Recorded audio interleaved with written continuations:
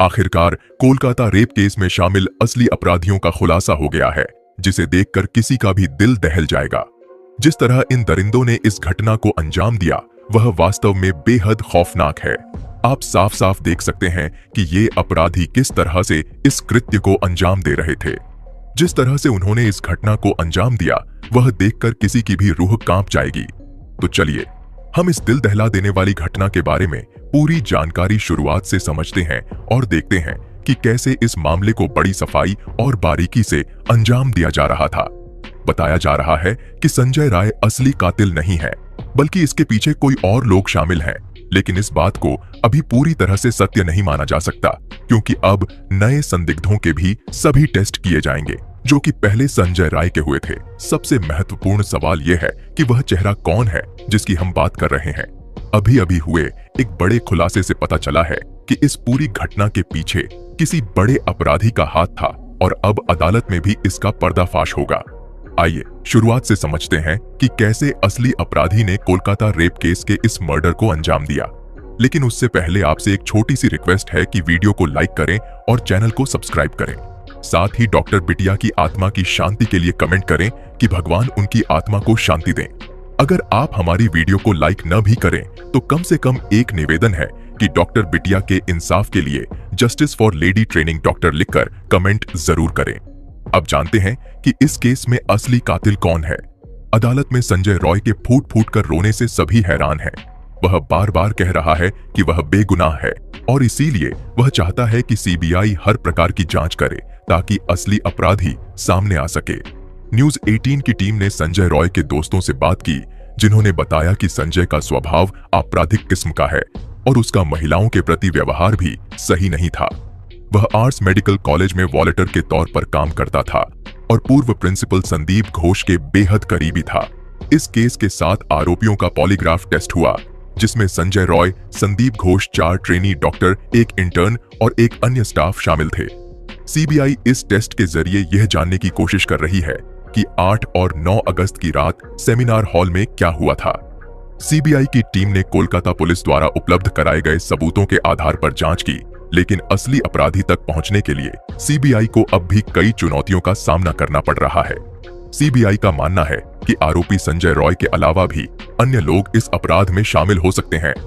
कुल मिलाकर यह केस और भी उलझता जा रहा है और सीबीआई को सच्चाई सामने लाने के लिए तकनीकी सबूत जुटाने में कठिनाइयों का सामना करना पड़ रहा है। कोलकाता के डॉक्टर बिटिया केस में हाल ही में सामने आए एक वीडियो ने पूरे देश को स्तब्ध कर दिया है। कई हफ्तों से जिस वीडियो की तलाश सीबीआई कर रही थी, वह आखिरकार एजेंसी के हाथ लग गया है। इस वीडियो के मिलने के बाद संदीप घोष ने अपने सभी अपराधों को स्वीकार कर लिया और सीबीआई के सामने कई गंभीर रहस्यों का भी खुलासा किया, जो अब तक किसी को नहीं पता थे। रिपोर्ट्स के अनुसार जब सीबीआई की टीम ने संदीप घोष से सख्त पूछताछ की तो उसने रोते हुए अपने सभी गुनाह कबूल कर लिए। उसने यह भी बताया कि उस रात उसने अपने फोन में दुष्कर्म का वीडियो रिकॉर्ड किया था, जिसे उसने सीबीआई को सौंप दिया। इस वीडियो को देखकर सीबीआई की टीम भी स्तब्ध रह गई। कोलकाता केस ने हाल ही में एक नया मोड़ ले लिया है, जिससे जांच की दिशा पूरी तरह बदल गई है। पहले जहां कई पहलुओं पर अस्पष्टता थी और सच्चाई तक पहुंचना मुश्किल लग रहा था, वहीं अब इस महत्वपूर्ण वीडियो के सामने आने से स्थिति पूरी तरह बदल गई है। इस वीडियो से यह स्पष्ट हुआ है कि संदीप घोष अकेला इस घिनौने अपराध में शामिल नहीं था, बल्कि इस मामले में कुल 7 लोग शामिल हैं। यह खुलासा मेडिकल कॉलेज के एक सफाई कर्मी के बयान से हुआ है, जो इस केस की नई दिशा को उजागर कर रहा है।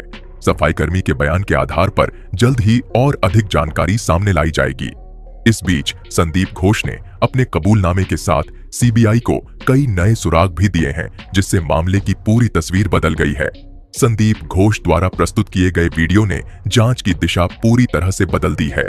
वीडियो में जिस तरह से दुष्कर्म की घटना को अंजाम दिया गया और डॉक्टर बिटिया की चीखें सुनाई दी, वह बेहद भयावह और दिल दहला देने वाली है। इस वीडियो की क्रूरता और घटनाक्रम की भयावहता ने सीबीआई के सामने नई चुनौतियां खड़ी कर दी हैं। जांच एजेंसी को अब इस जघन्य दुष्कर्म मामले में नए और जटिल सवालों के साथ साथ अनेक चुनौतियों का भी सामना करना पड़ रहा है, जो केस की तह तक पहुंचने में बाधा बन रहे हैं। हालिया खुलासे इतने भयानक हैं कि इन्हें सुनकर किसी की भी रूह कांप उठेगी। सीबीआई अधिकारियों ने स्पष्ट कर दिया है कि डॉक्टर बिटिया के साथ इस घिनौने तरीके से दुष्कर्म करने वाले आरोपियों को कठोरतम सजा दी जाएगी, ताकि भविष्य में कोई भी व्यक्ति ऐसा अपराध करने से पहले 1000 बार सोचे। वीडियो के माध्यम से जो सच्चाई सामने आई है वह अत्यंत दर्दनाक और दिल दहला देने वाली है। इसमें डॉक्टर बिटिया की पीड़ा और दर्द इतने स्पष्ट हैं कि इसे देखना किसी के लिए भी बेहद कठिन होगा।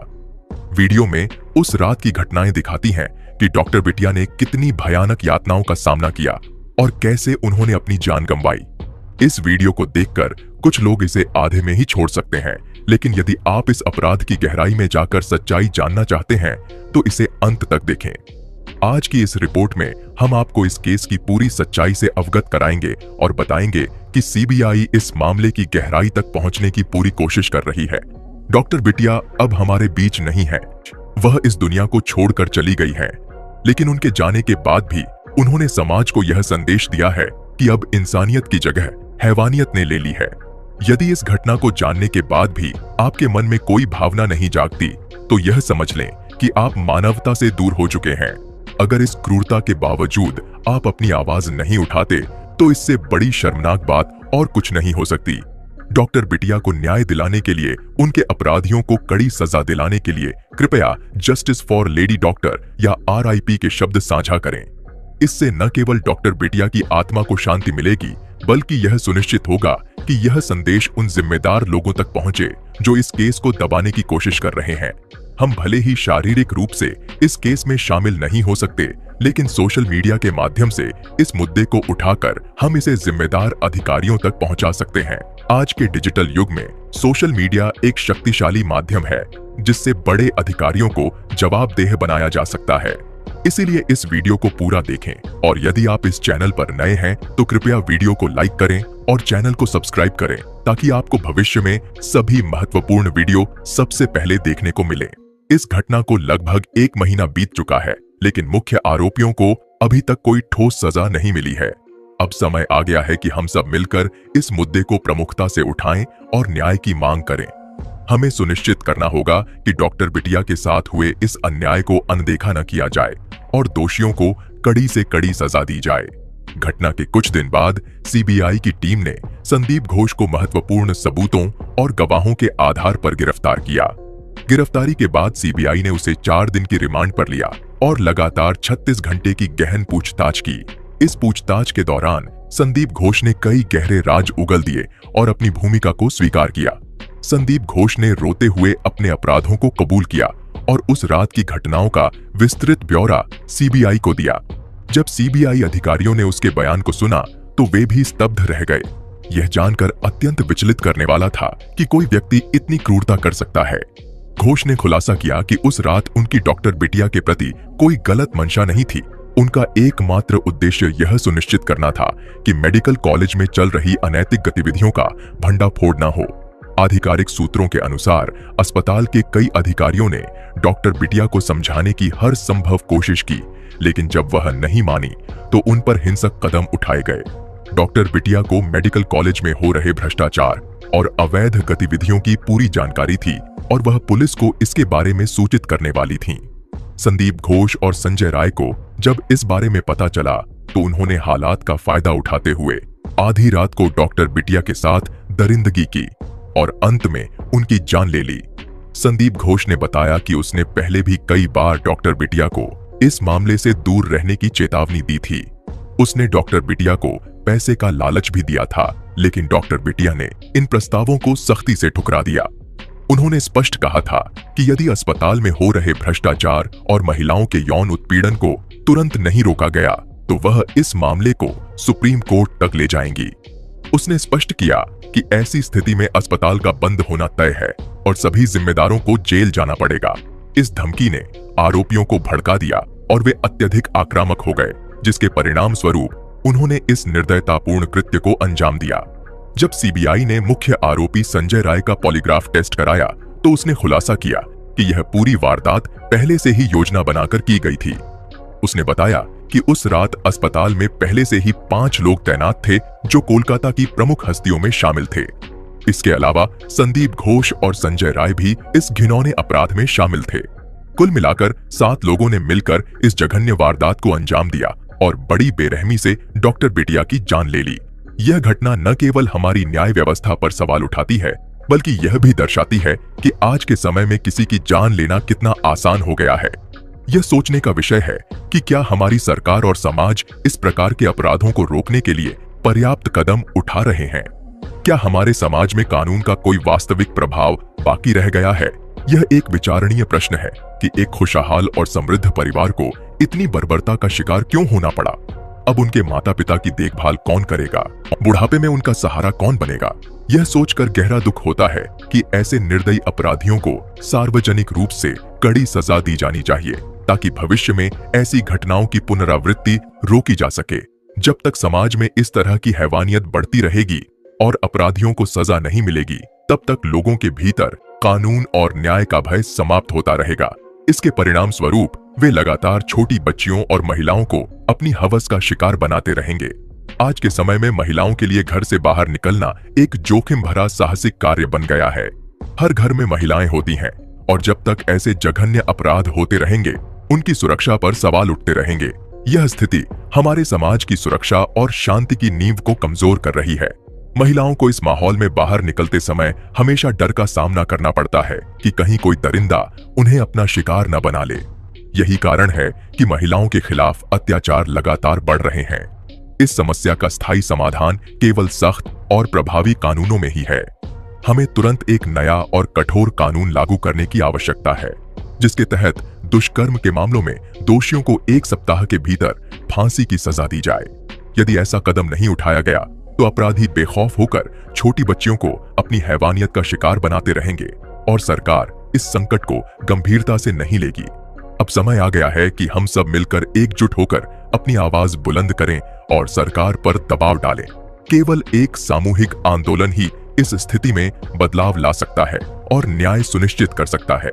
हमें मिलकर इस मुद्दे को उजागर करना होगा और एक ऐसे समाज की ओर कदम बढ़ाना होगा जहां कानून का वास्तविक प्रभाव हो और प्रत्येक व्यक्ति को सुरक्षा का पूरा अधिकार मिले। आज जब शारीरिक रूप से एकजुट होकर प्रदर्शन करना संभव नहीं है, सोशल मीडिया एक शक्तिशाली माध्यम बन चुका है। इसी वजह से हमने वीडियो की शुरुआत में आपसे अनुरोध किया था कि जस्टिस फॉर फीमेल डॉक्टर के संदेश को देखें और इसे हर सोशल मीडिया प्लेटफॉर्म पर ट्रेंड करवाएं। इस प्रयास से हमें उम्मीद है कि कानून के जिम्मेदार अधिकारी इस मुद्दे की गंभीरता को समझेंगे और इसे लेकर ठोस कदम उठाएंगे। यह बेहद दुखद है कि अधिकारियों को आम जनता की तकलीफों और समस्याओं की परवाह नहीं है। यदि किसी मंत्री या नेता की बेटी के साथ ऐसी भयावह घटना होती तो दोषियों को तत्काल सजा मिलती, लेकिन कोलकाता की डॉक्टर बिटिया के साथ हुई दरिंदगी के आरोपी आज भी स्वतंत्र घूम रहे हैं और उनके खिलाफ कोई ठोस कार्रवाई नहीं की जा रही है। यह विडंबना है कि हमें सच्चाई और न्याय के इस बुनियादी अधिकार के लिए भी संघर्ष करना पड़ रहा है। हमें यह समझना होगा कि यह मामला सिर्फ एक व्यक्ति का नहीं, बल्कि पूरे समाज की सुरक्षा और न्याय की बात है। कब तक हम इस तरह के अत्याचारों के सामने चुप रहेंगे? कब तक लोग इस हैवानियत के डर में जीते रहेंगे? अब वक्त आ गया है कि हम इन अपराधियों को उनकी सही जगह दिखाएं और एकजुट होकर न्याय की मांग उठाएं। इस मुद्दे को प्रमुखता से उठाने और समाज में सकारात्मक बदलाव लाने के लिए कृपया कमेंट बॉक्स में जस्टिस फॉर फीमेल डॉक्टर लिखें। आपकी सहभागिता और समर्थन इस मुहिम को मजबूत करेगा और न्याय दिलाने में सहायक बनेगा। वीडियो को लाइक कीजिए, शेयर कीजिए व्हाट्सएप पर, फेसबुक पर अपने दोस्तों के साथ, अपने घर वालों के साथ और चैनल को सब्सक्राइब करके बेल आइकन को प्रेस कर लीजिए। मिलते हैं आपसे किसी और एक नई वीडियो में नई खबरों के साथ। तब तक के लिए वीडियो के अंत तक बने रहने के लिए आपका धन्यवाद।